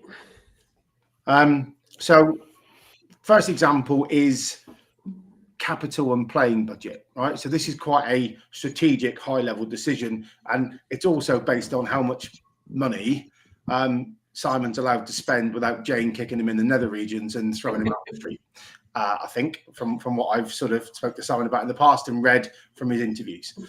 So chairman he sets the capital limits because it's the club money, but he owns all the shares, and then it's his personal money that he's putting into the club to do expansion projects and Folkestone Park and all those other things. Ninja Matt's comment is quite good. Isn't Simon Hallett every single one of them for all departments? No, he's not. So board of directors are then consulted on this. So Simon's like, well, this is what we think we're going to have this year in terms of available capital. The executive team are responsible then of spending that capital. So think about it. Simon says, I'm going to put another 4 million in this year. We've got a playing budget of 7, 8, 9 million quid, whatever it's going to end up being. The board are then consulted to say, do you think that's a fair number? Is that going to be a number that's going to get us up? Is it more? Is it less? there's different connotations in League One around financial fair play. There isn't any at the moment, so you can spend what you like, quite frankly. In other clubs, I think it's 60% of revenue. Then it's up to the executive team. So then essentially a budget is announced to the management team, which is headed up by Andy. Andy then sits down with the playing staff, so with Foxy and with TC, and he gives them a budget to go and spend, along with Tom Randall. Okay, so you can see from this example, Simon doesn't sign anybody. In fact, probably Simon doesn't know who signed until he gets an email saying, we've just signed this chap called Ross. He's on 10 grand a week. We've got him from Galatasaray where he's just left, and. That's probably as good as it gets. Because once the budget's set, why would you need to go to an owner if you've set a budget to say, can I spend the money? Because it's already been set, it's already allocated. Therefore, it's not needed to be consulted on or informed on in the future because that bit's already been done. Then the management team are informed on the budget, and then they go and spend it accordingly, along with the director of football, head of football operations, whatever you want to call them. Does that make sense? Is there any questions there, chaps, for anyone or anyone on the screen outside of the screen that needs to understand this? Not from me. I think, just to add to those watching, we appreciate some get frustrated by the situation, with the club, and that's their passion, their heart coming out. Sometimes with others, it's a bit more than that, unfairly, and also not what you want to see, with the greatest respect. But a pity we can't post GIFs. No, it's not a pity, Voodoo. No, it's not. There's plenty of them out there. But what we're trying to do with the show, what Gavin specifically is trying to do, is just for those that don't understand how a business is set up, and how it works, just to give that context. The only thing I suppose we could say, or to add to this, Gavin, is when we look at the C-suite, there is no chief of finance at the moment. Is there? They've never had a C-level finance person anyway. They've had heads of department. So the board structure, so head of finance doesn't sit on the board. He gets invited to board meetings to present. Yeah. Head of commercial doesn't sit on the board, but comes to board meetings to present. So their portfolio and their responsibility to the P&L, or in the terms of the finance person, they're reporting the management information and the KPIs, whichever the board have set the KPIs of the business to run on. So that's how that kind of works. So there was no CFO, but at the moment there is no head of finance either, to my knowledge. That's it. So that's the tricky part. And I think if I was, going to ask Simon a question, it would be, well, with this playing budget probably being a movable feast at the moment, with various things going on, and there's rumours of Folston Park being overspent, and we've got a transfer budget that's up and down. If you haven't got a head of finance reporting your numbers accurately and giving you a forecast that says if we spend 1.2 million tonight on Tolaj, for example, that's his release clause, is that in the budget? If it isn't, how does that amortize over 3 years? So if that's a 3-window payment, is that 400 grand times 3? Is it half up front and then the other half over 2 seasons, whatever the case may be? You need that head of finance there to sit down and show the forecasting cash measurement to say, yes, we can afford it. No, we can't. Oh, that's going to make things tight. Where's the opportunity cost? If we're not going to spend it here, we can't spend it there. All that good stuff. So without having a head of finance in the middle of a transfer window, I imagine for the club and for Andy Parkinson in particular, that's a really tough gig, because someone's going to have to hold the pen on that forecast structure. Yeah. And at the moment, there isn't anyone there. No. And I think Gavin just Argo on tour, who's Spencer, the young lad that stood up and asked his 2 questions at the forum. He's saying no hate on Hallett, and he alluded to that earlier. But some stats here: Whitaker 7 million, Cooper 2, Maxi 2, Hardy 800, Grimshaw 600, Gibson 1.8, Scar 350. Now, actually, on all of these, we don't know exactly what we got for these players. And I go back to Hallett's interview on Pilgrim's podcast, where he says, you think that you're going to get this for a player, or even then Miron, he was talking about that as well. And sometimes you just don't. And when a player or a coach wants to go, you're in that difficult position then where you have to, at some stage, just either cut your losses or agree a fee that you don't want to agree. And as just Jan has said as well, you've got Argo doesn't know how to sell at the prime. We love to sell for peanuts. we know that we're that sort of club that people can leverage a bit of taking advantage of because of the situation with us. And also, as Gavin touched upon there, some of these players, we don't get all the money, Spencer, in one hit. And for anybody else that wonders that, it's generally fed out. I mean, clubs are in such debt distress everywhere that they can't just go out and give $1 million. The perfect example there is the 600,000 that we got for Grimshaw. We didn't actually even finish paying Grimshaw off before we sold him. Yeah, there you go then. Right. So if you look at multiple transfer window, like the money we got for Gibson, it's over 3 transfer windows. It's like 150, 200 grand per window. So when you make a transfer and they sign on the line, it's not like putting your shopping on the conveyor belt at Sainsbury's. You don't have to make the payment there and then. There's a deferred consideration in most transfers now, because people are wanting to make their pound stretch further, especially in the Premier League, where the financial fair play and the Championship financial fair play comes in. So quite often you'll buy a player, but you won't spend all the money on that player, which means the receiving club doesn't have 6 million today for Whittaker. It has probably 2 million today. It's probably had £1 million for Cooper and then another $1 million this year. So you have to sort of cash flow that money coming in as per the contract. And then the worst case scenario, of course, is people like Hull who promise the money, and then at the time of needing to pay the money, they haven't got the money, and then they're put into transfer embargoes because they haven't paid their deferred consideration on previous transfers. And I know they owe millions of pounds to Premier League players for paying and promising money in the past that they've not received. So it is a bit of a mess. It isn't straightforward as you make the payment on the day and the money's transferred and then they've got it and you've got the cash and all that type of jazz. So that also doesn't help with putting budgets together, which is why I'm saying there's probably a very complex spreadsheet somewhere that the head of finance would run. They'd be the pen holder on that would say, if we have got Tolaj at 1.2 million, we're probably being asked for 600-700k today. Have we got 6 or 700k today to put in, and then the rest over the next 2 seasons? But he'd put that in the model, and then it would come out the other side, and it would basically take it from all of those transfers on a cash basis and tell you how much you've got left in the bottom based on a forecasted revenue per game in terms of gate receipts, hospitality, sponsorship, la. So that's how it all works. Yeah, and also it's not to say, folks, that you then can use that expected income from that player transfer over that period to leverage against deals you do yourself, because you're expecting that money to come in and you can show evidence of that of getting a loan. And also the Grimshaw point that Steve just made, Gribson deal, from what he's heard, is 300k over 5 years, which is madness when you think 300k over 5 years.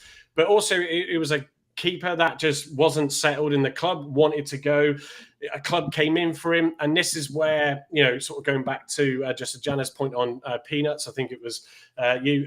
It's like, well, that's the deal you're being handed. If there's no other deal, you've either got to take it or not, and then you're left with a keeper that doesn't want to be here. And that was, what Simon was alluding to. And this is where I've said it many times, and I don't want it to sound like a broken record, but running a club is not as easy as everybody thinks, or any business is always challenging. So there are these things where you just have to sort of say, right, okay, if that is what's happening, and that Grimshaw one, it's nothing. I mean, 300k over 5 years is ridiculous. Gibson, not Grimshaw. But I think Voodoo's point is bang on. It's the comms around it. Now, I don't know how much you're allowed to disclose, because normally most transfers are undisclosed fee.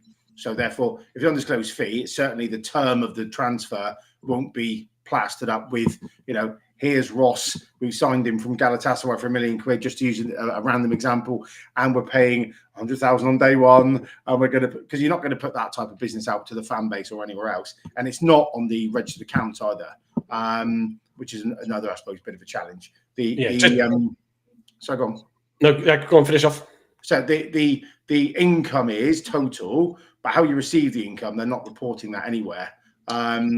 For right or wrong reasons. I think it's audited. The auditors will know. The finance team will know.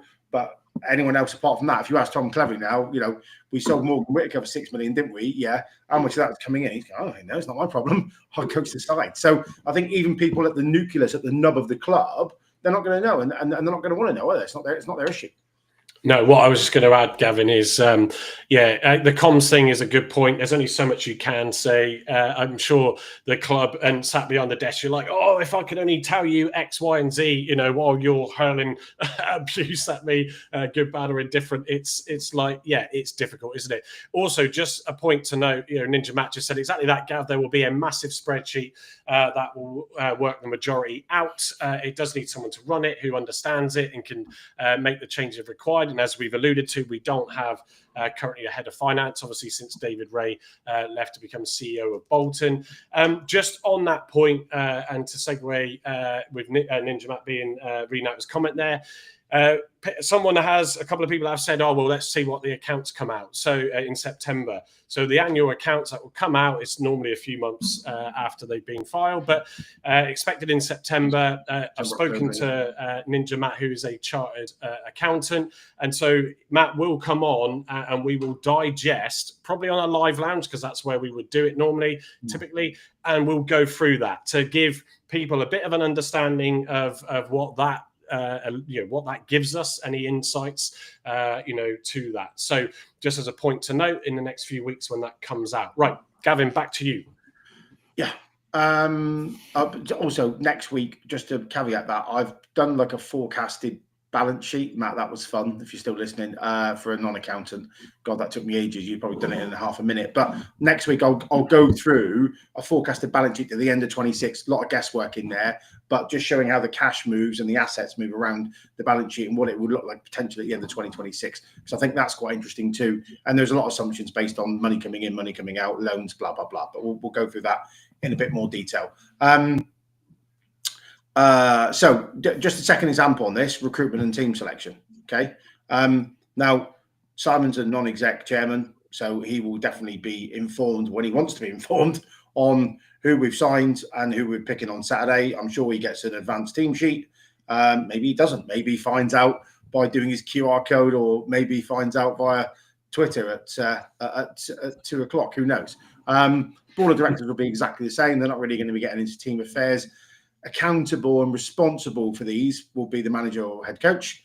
And some of the exec team, i.e. David Fox at the minute, will be responsible and accountable to a certain degree of like playing style, and so will Tom Randall, playing style, type of player we brought in, profile of player, and that type of stuff. So between those two exec, if you like, players at the three, they're all on the same level, really. Head of football operations, because there isn't a director of football, head of football operations, head of recruitment, and head coach. They'll all be heads of department. They'll all be responsible and accountable in various degrees for team selection and recruitment. Whereas the board will have no idea. And the reason why we presented this in the pyramid is to show how high Simon is in terms of altitude of these decisions, because they're back down the bottom somewhere. And he will probably see it like ants from a skyscraper in New York, rather than being down around the players and seeing it firsthand. So when we're talking about recruitment, why isn't Simon Hallett signed this guy? He won't know him until they sign him. He ain't going to know him from Adam. He probably doesn't even know who Tolaj is, and we're all getting excited because we've seen his numbers. He certainly wouldn't have known who Ross was until he got an email yesterday saying he's signed and we're announcing him tomorrow. This is his profile. So that's how distant a non-executive chairman and a board of directors would be on recruitment. They are not making the final decisions. The only decision they probably will have a hand in is the recruitment of the head coach. Yeah, the thing I'll just add to that, Gavin, to a degree, only from sort of the experience that I've seen over the last 20 years at the Rangers, there's, Chris, the owner, has taken more of a back step over the last few years, and rightly so. He's, sorry, Chris, but he's 72, 73 now. And there's a point at which you have to let your board run the business, which is, the day-to-day stuff, as Gavin has alluded to.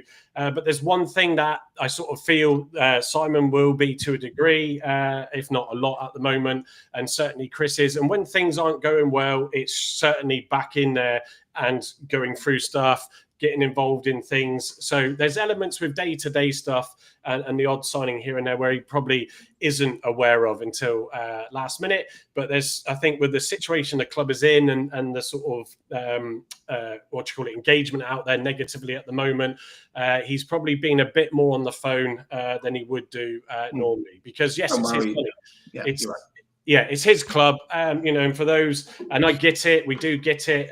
Those that say get out of my club, I mean, as some have found out, it's clearly his club because he's sort of stopped you from going to games now. But it's the point being is that he absolutely wants to do what's right, and just to add, he has said, in that forum recently, he is now tapped out. So if he goes, it's not easy finding a replacement. There could be one there, absolutely. There might be, but equally there might not be. And as soon as that resource goes, and he just decides to say, you know what, I don't need this anymore. He's 70 odd years old as well, I believe, isn't he, Gavin? Then it's just like, well, that's it, I'm done. Andy, just to come in before we go to this slide, any thoughts, questions you've got yourself? No, it's just I was going to observance really that if you've got 4,000 or 5,000 people saying we want Haller out and where's the money gone, he could well turn around and say, right, okay, I've had enough of this. There's nothing to do. It's not my fault. The money is gone into the right places, as Gav explained earlier on. I'll just walk. I'll just go and sell the club, and whoever picks it up, and he could sell it to a chance area or something like that. Who's going to drag the club even further into debt down the leagues. So I don't believe in all the Haller out nonsense. There's times I get frustrated with it. Of course I do, as a fan. But I see where we've come from and where Haller is on the racing model. He is accountable, right? That's it. Yeah. He's just accountable. Yeah. So if anything goes wrong, the shit, as they say metaphorically, rolls downhill. He'll be on the phone to Mr. P. Yeah. Mr. P will get a kick up his backside, and he'll go and speak to the relevant head of the department and say, we've lost for what's going on about it, or our sponsorship revenue's down, what we're doing about it, or our hospitality numbers are down, what we're doing about it. That's the way the business works. But he will see something and he'll ask to fix it. Or he might say, how do we get an extra £250,000 of sponsorship this year? Can you get the board, or can you get the management team to come up with some solutions? That's the way the business works. It starts at the top with an idea or with a challenge. It comes down, it gets answered, then it gets back up to the board and the chairman. That's how we come to Exactly. And if Haller walks away from that, we've got nothing there. Because he's got 20 odd million quid invested in it, and he needs to be able to realise that capital back. So he won't, but I don't blame him for being a bit disenfranchised if he does get the level of challenge that he's getting for stuff that, quite frankly, he's accountable for, but he's certainly not responsible for. No, and also, on that further, I think it's, the sort of break-even point and stuff like this. It's, it's too easy when you don't have that cash. He's got more money, but there's a point at which you do say, Jane has told him you're not putting any more in. And she's as passionate. She's as passionate as Simon is. And I think, I always take it back to, if it was your money, and we would all love to be in that position, to be able to be an owner of the club that you love and support. But your finances will only take you so far. And the championship was a bit too soon, but we got in there, they dealt with it, and obviously it ended up, we come straight back out quicker than anybody wanted. But if we're feeling sort of sick and frustrated and depressed about the situation, if you're Haller, he's feeling it, if not more so. But I think the only we've seen it down the years, Mike, haven't we? With Stapleton. Stapleton got as far as he went with his money, and he couldn't put any more in. And this is the same now. Yeah, and he had a lot less money than Haller, the board, not just Stapleton individually. So it's all that. And I think, we could talk this to death, but at the end of the day, we are where we are. It is what it is, and I just think the point that I tried to make with the previous sort of set of examples is Simon's not sitting there going, "Sorry, what's your name, young man? Ross. What's your stats? Oh, how much do you want? Oh, I don't think those days are gone." So, I noticed a video earlier said about Darren McAnthony and the Peterborough days. I remember Barry Fry and sitting there bartering with a player and his agent. Those days are gone. There are technical departments now that do all that type of stuff. So that's where it is. I just think that people need to realise that he hasn't got his hand on the tiller or in the till, as some people have put either, to use a pun. they've got a set of professionals that are doing this. They're the experts. They live and die by their decisions, and we need to back those decisions until they're unbackable. And at the moment, I don't think there's any problem in backing any of the decisions. You know, we've looked like we've got a potential new striker coming in now from the comments, and we've got just established we've signed 2 good centre backs to complement a good side. So there we go. I just think we've sort of probably done. We'll skip over these because I'm conscious of time. So hopefully people got a flavour of Yes. that. About how it works. If they don't, drop me a PM and I'll send you a little dossier on it and you can get it. But if you do, then you really have got insomnia problems and you might want to get sleep at night. So there we are. Yeah, and just also, and thank you, Gavin, for putting it together as well. And I think just to, we're not trying to sort of act a happy clappy. We're not one of those equally that hose abuse or we just we want the situation resolved like anybody. The buck that will stop eventually though, and I mean this, we're not trying to sort of pick on that person, but the buck stops at the CEO's door as well. And I think if there's any issues as we go in and the weeks go by at the end of the transfer window, then yes, potentially Andy Parkinson his position becomes a bit more questionable and untenable. But let's just see, because there might be some surprises. There might be some comms that come out as that window closes that just shed a bit more light. It's very easy to judge sat from the outside in. So yeah, thanks again, Gavin, for that. Just looking at some of the comments. Phil Tor, evening forwards, Amici, new striker, another problem, still a weak bench. Finn Hatch, Izaka, Roberts, the game time out on loan, left with weak bench, still required 2 midfield and 2 forwards. Yeah, I agree. I mean, that's why we can't put these players out on loan yet, because until we get through the window and understand what permanent deals or more loans we get, there's still 4 slots, I think, now with Mitchell being the loan. Am I right in thinking that? Yeah. So yeah, we definitely are not finished, and as Tom alluded to himself. Spencer's going with a 2-1 win to Blackpool as well. Just the Jana 1-3 Blackpool. Blackpool won't travel all the way down here without 3 points. Well, so that leads us in nicely to the preview. So thanks everybody who's still with us, just over 1,500 in now. So thank you for giving us your time to listen to this tonight. So news updates from the press conference. Striker search update, as Voodoo said and pointed out earlier. Cleverly said he's not going to mention striker updates anymore, and then does one tonight when there still isn't a signature penned. So is he really confident then? And obviously the Port Vale striker has come up. I've pulled up his FOTMob and I'll share that in a second. So yeah, we are closer than the last time I spoke to you. It's progressing nicely. We will get it. Will we get it done by the weekend? Not sure. He said, but it's progressing well. Obviously, team news and injuries. Alluded to this at the news update at the start. Tolaj, thank you, Argyle tweets. No new injuries. Edwards back into the squad. Waidu back from suspension. Hazard, McKenzie, Patterson, Izaka all very close. And I know a few have said about Izaka. It'd be good to Hazard. It'll be good to see him back in. This will provide competition for places. A headache that every coach wants. On the Blackpool challenge, they will be feeling the pressure like us. Both teams not had the start they would like, although I think Blackpool are in the playoffs, aren't they, at home? Yeah. So which, with the support of the Green Army, should give us the advantage. Recent fan criticism was asked, and he said, the fans are supportive but demanding. I think that's a brilliant way to put it. A nice balance. I've never seen it get personal, and they have a right to be frustrated. We need to give them something to get us going. And that, just a point. It'd be great to get the win, but the point on Saturday would be a start. Tegan Finn, seen him as an important part of the squad, not an academy player. Key part. Same with Hatch. He's been in or travelled with every squad. And obviously, Gavin, you said and others that he didn't have a great game on Tuesday.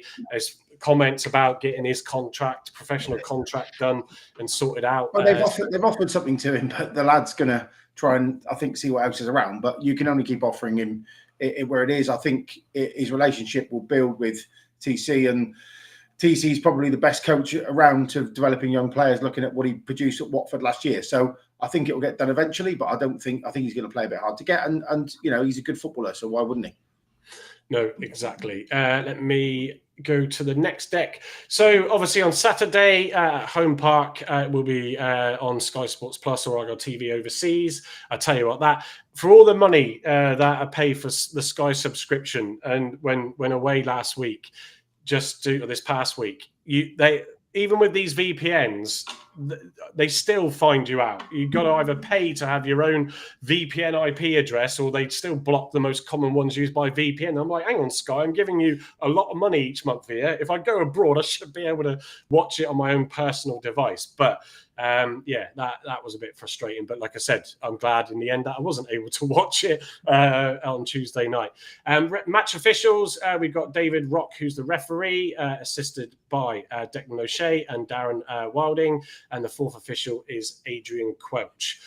Moving to the next deck. So your predicted lineup and formation, Gavin, take us through that. So gone 4-2-3-1. That seems to be now where we're going to be. Interestingly enough, Blackpool play 4-1-4-1. So that'll be quite interesting. It looks like Taylor up top. So I've gone Ashby Delazushi in goal. I thought he was much improved on Tuesday night. Actually, I thought he had a pretty good game. He's getting more and more confident. It reminded me a little bit of Hazard when Jesus Christ, I'm tired. What's his name was out when Cooper was out. Sorry, last time, and he grew in confidence. Going out, getting balls out of his goal, using his box more. So I thought he actually played a pretty good game. Benarous at left back, Galloway and Mitchell in the centre, and Cornell Soup on the right. I think that's really worth persisting with. I thought they were solid, as I mentioned earlier. I've gone for Ibrahim and Boateng in the midfield. I think Ibrahim's probably learnt his lesson now, and I think Tom's clipped his wings accordingly to say stop being such a prat and being in the book. I don't know if he was in the book on. Don't think he was in the book on Tuesday night in his 30 minutes, but anyway, that's fine. Caleb Watson in the 10, Mumba and Amici on both flanks, and then I've gone Pepper up the middle because I think Asani will be a better instrument against tired centre halves than Pepper was. So early in the game, I'd like to see our 9 hold the ball up and bring Watson and Mumba and Amici on past him, and Abraham, who gets forward too. Boateng seems to be a bit more deeper. But later on, a bit like Hardy used to, running off the shoulder in the channels, I'd love to see Asani do, because I think he'll get much better use of that. So that's the side I've put in. Thank you. Just before I give some thoughts on it and then come to Andy, Spencer just said, how long is the pod going on for? By the way, I need to go to bed soon. I'm shattered. Excuse me. I flew out from Lanzarote at 7 o'clock yesterday and drove back from Bristol and got in at 2:30 and was up at 8. So don't you give me any of that, Spencer. But yeah, not with something. I was up at 4:15. Move on. Yeah, exactly. So the question I have, Gavin, and not being a tactical person generally, but Oseni obviously started. Is that correct on Tuesday? It was a strong lineup, wasn't it? And obviously he scored a few goals, so his confidence high. Clearly, there wasn't the right balls to him on Tuesday night. So your reason for not having him in the squad? I think you're basically using Pepper as a blunt instrument to tire out. He's such a physical character. Like even with Sonny Bradley, he was so physical and holding him up, and that tires centre halves out, right? That with a lot of running up and down and side to side. So for me, I would bring Pepper on to start to really tire those centre halves out, and then you've got the pace of and the cool finishing, which I think we showed last week, of Aseni to get in behind and run those channels. So I think that if it was me in the coaching seat, that's the way I'd play it. They tried it the other way last week, and actually against a tiring centre half of Bradley's ilk, who was not the quickest anyway, we tried to get in behind. Peppel's not quick.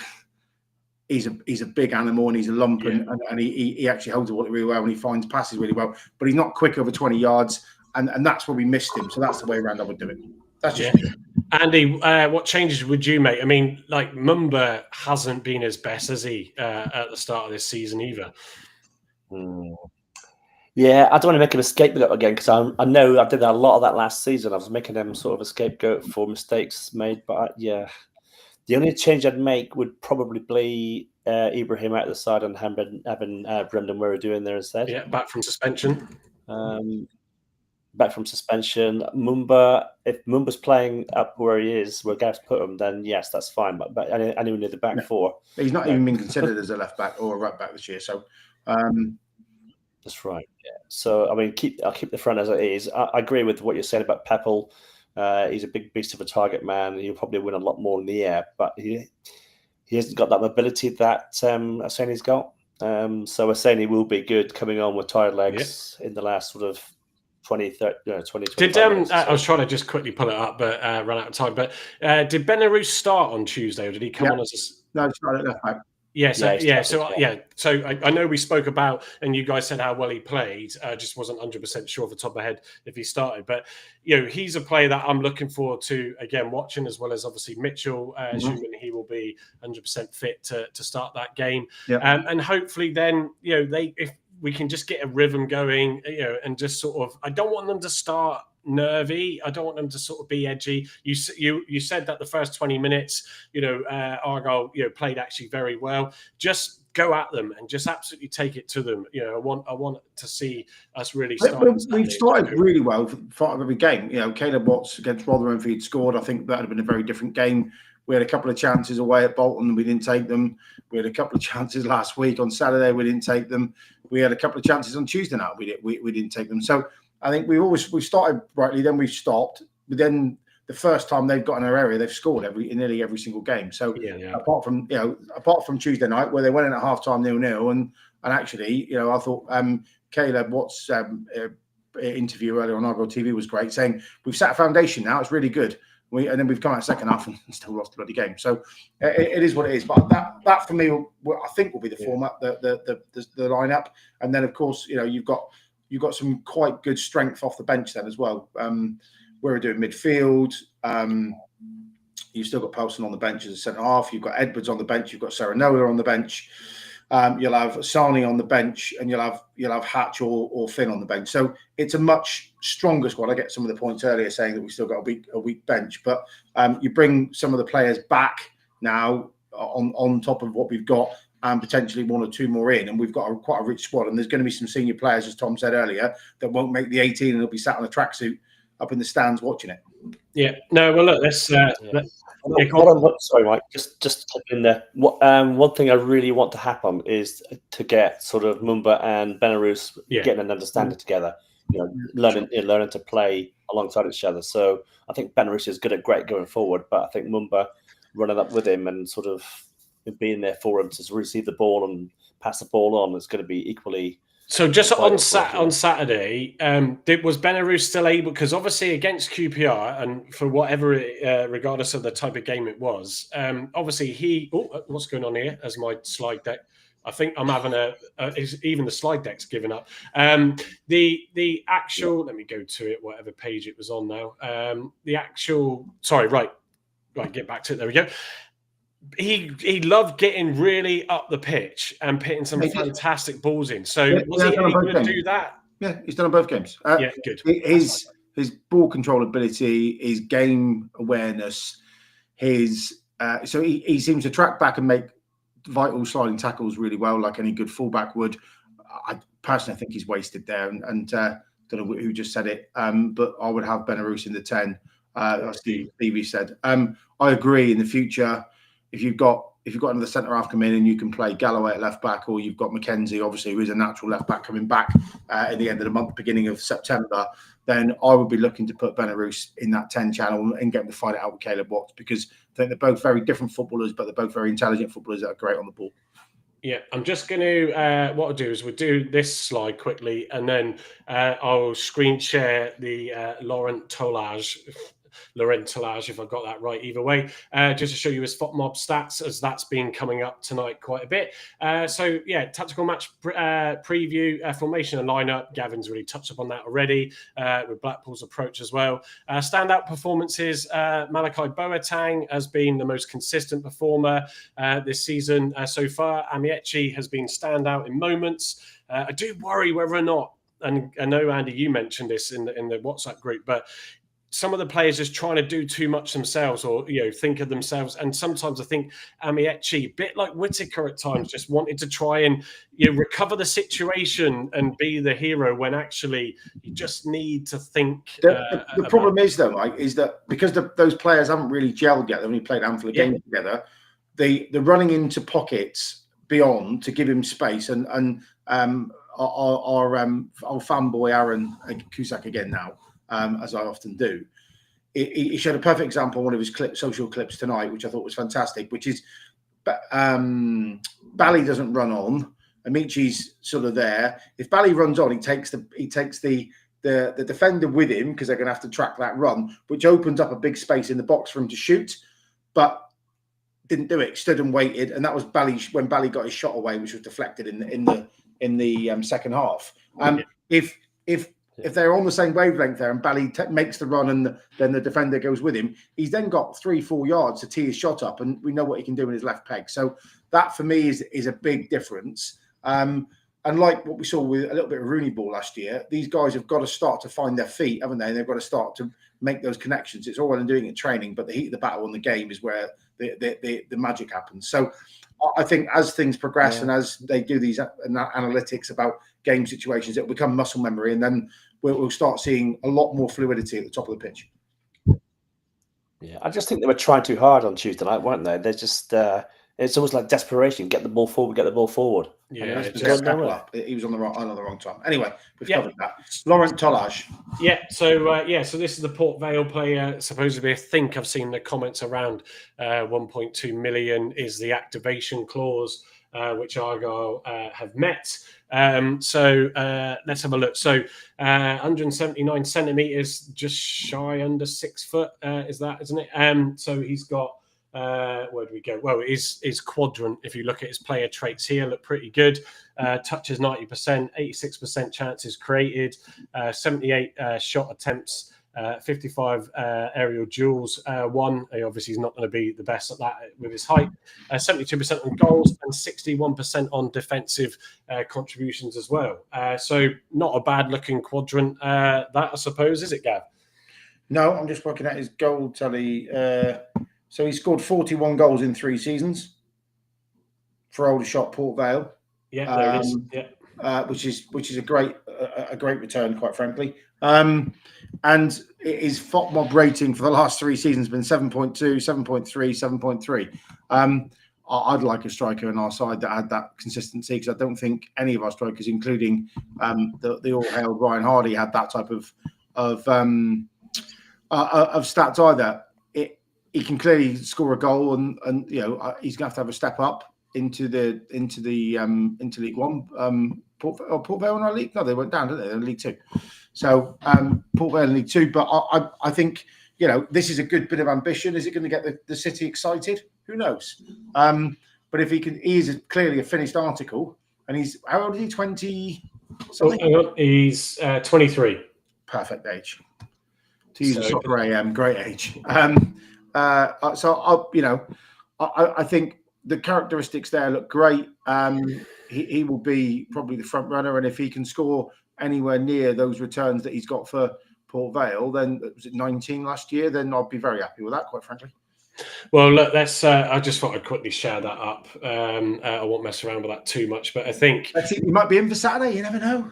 Well, yeah. Just a Jana highlighting the point. Too many short kings. But yeah, it's not ideal. We do need a tall person up front for those. Well, but then with Mitchell and when Ross is fully fit to start. Pepper's 6'2". He's a lump. Yeah, that's true. Yes. Well, yeah, it's another good point. You just need, like we had when we went up last time. We had Cosgrove, who was 6'4". We had Ennis, who was about 4'3" on tippy toes, but he was strong as an ox.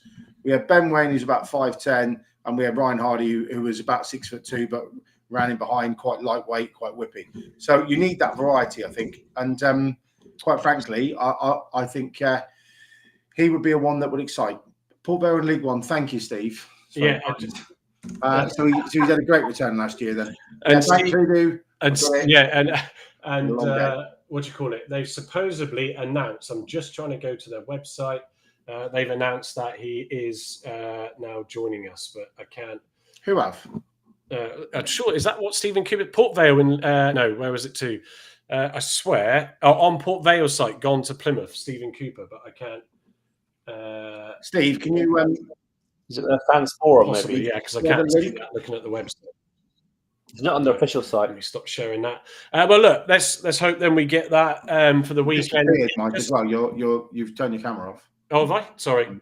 It's because I was trying to do stuff on the website, and it was because I wasn't on the right window. So I'm glad I didn't just kill the stream. So that's always I think good. a lot of people that would be disappointed you didn't do that, but there we go. No, that is true. That is true. We'll move on from that. Key player focuses. Obviously, Dale Taylor from Blackpool was linked to us. As we all know, so it'll be interesting if he wants to try and get in there and show us what we've missed out on. Mustard, though, are they? 25 goals and 121 senior appearances is not brilliant. No, but we would have probably still been happy to have him. So Jim Tollage with his record than that. Let's be candid. Well, especially now I know Port Vale plays for League One. Yeah, League One. Oh, isn't that where what's his name? The Rooney's assistant coach went. Shuttleworth. Shuttlecock. I think he's gone to Port Vale, isn't he? I don't know. But your point as well, though, Gav. We'll soon find out on Saturday how good Dale Taylor is, because Rumen Burrell for QPR didn't even think about him in the game, on Tuesday night. So that maybe we got away a little bit with that one. But yeah, we definitely need to get these forwards in. I put the score prediction in of 1-0. I never bet against us in any form. I can't do it, but I don't expect, based on recent performances, I'd love us to go 2-3-0 or whatever, but I just can't see it at the moment. I think just getting... You know what this game reminds me of? Sunderland last year, when we've had absolute stinkers in the Rooney. I remember bumping into Simon Hall actually outside the gate, and I said, I've got a positive feeling about today, Simon. And he was like, really? I was like, yeah, genuinely, I do. I thought we played some immense football that day, and we played Sunderland Park. At the time, they were top of the league, and then we went on to beat West Brom, didn't we? And they were top of the league at the time too. So maybe this is it. Maybe match day 4 is the new catalyst, and we'll go and put these guys to the sword Saturday. Who knows? God, let's hope so. Andy, what are you thinking scoreline? You put me on the spot. I'm going to go for a 2-0 win to Argyle. Yeah. There you go. I think we're due a win. I think we're going to get the first goal early, and then the crowd are going to get on side, and then we're just going to go and breeze through. I think also Blackpool concede quite a lot of goals. They've got Nolan Ellis. What is interesting is they've conceded a shit ton of goals through set pieces. Yeah, exactly. So you get a few set pieces or long throws from Zooks in the box. Then with who knows? I'm going to go 2-0 up front. Well, with Pepple and Mitchell now, who knows? Shuttleworth went to Wickham as coach. Port Vale was Darren Moore. Just to bring this one up, I'm guessing you did it on Saturday's live or last Thursdays. Yeah, we did, yeah. So the Tamlet and Foley under 15s, which we are kit sponsors. I actually didn't. I left it in the deck, but I didn't look at it before the live. But yeah, I just suddenly realised the photo with the full kit. So Carl didn't share that in the group at the time. So that's my first time of seeing that. So that looks absolutely brilliant. Their season kicks off on the 6th of September, and we will get Carl to give us updates on how they do. So excited for that, and putting it back in the community as well, which is great. Right, you will be pleased to know we are, well, hopefully, or not, that we are at the end now. So, good effort tonight, everybody, for sticking with us. I can see there's a lot in just over 1,600, and there's a lot from our Block 9 Podcast X channel versus how many followers we've got. So please give us a follow on there. And obviously, those that are watching on YouTube as well, the numbers on that look great. So everybody, just give us a like, follow, subscribe, all that jazz where you can, because it all helps. So that would be appreciated. Obviously, we got Blackpool post-match straight after the game on Saturday. I know it was a tough one for the guys. after Lincoln, and with the defeats running as they are, it's really difficult to get motivated in any way, shape, or form. But fingers crossed for that one when we come to you on Saturday night. Obviously, like I just said, spread the word as well. So tell everybody about the show. That would be appreciated. And also for those that care, the Tales from the Block with me being away, equally as someone nudged me earlier on today, the show didn't go out to the podcast channels from Saturday night. You think with the technology now, I can just take my iPad with me, and once the guys are finished, I can do all the stuff and upload it as I do straight after normally.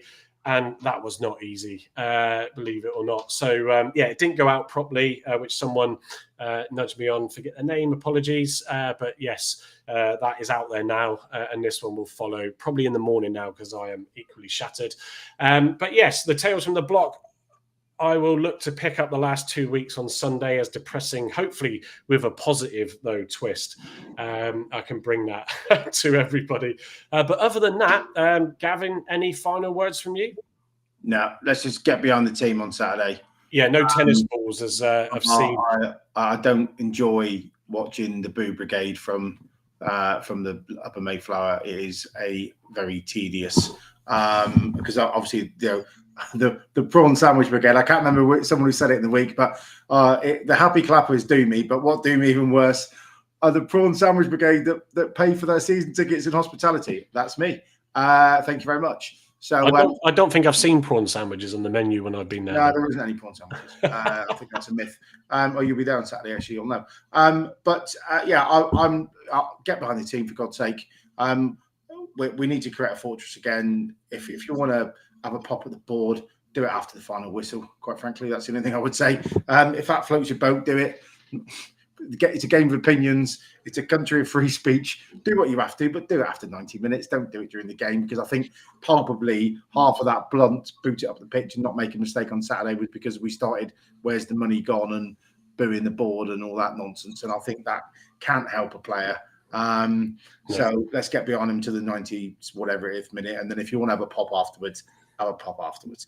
Yeah, no, absolutely. And Andy will echo that, I'm sure. And Tom cleverly mentioned it, didn't he, on Tuesday night about, he's gone through that experience and he needs to sort of do his best to help nurture those players, because they are young. They won't have witnessed something like this before. So it's all about sort of and I know it's cliche and some people absolutely hate it, but do you really want to turn up on Saturday and just throw abuse or how your voice your frustrations throughout the whole game? It's just like Gavin said, if you're going to do it, yes, do it at the end.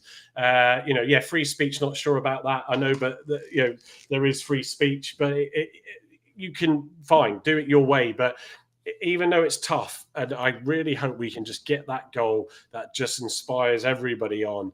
That win has got to come at some stage. So let's hope it's Saturday, Andy. Yeah, I just hope what Gav said tonight about the structure of the club from top to bottom. It's important that fans get to realise that Simon Haddad doesn't make decisions on transfers and stuff, so he has a budget for that already in place, which is being used, isn't it? Hopefully. If fans want to, as Gav said, if fans want to air their sort of frustration, do it at the end of the game. I was frustrated on Tuesday night, and I ranted off a little bit, and that's just my frustration. Seeing my team going through something, not very good at the minute, and I want my team to win. Everyone wants their team to win. So call of action to the Green Army: just get behind the boys on Saturday. We've got to be 12th man. We've got to G the boys on and get them to, suck that ball over the line, if you like, and get them going. That's our role. Yeah, look, sorry, Mike. Before we go, go on, mate. It's worth mentioning. I know it's been probably in the comments, but Lulu Jarvis of the women's team, the game's been abandoned because of her serious leg injury, which doesn't sound good. So I think we need to wish her all the best and a speedy recovery. Yeah, thanks, the girls that are around her have not been too traumatized. Don't know what the injury is, but if you're abandoning a game because of a leg injury, then that normally means it's not clever. So hopefully she gets a quick and swift recovery. Yeah.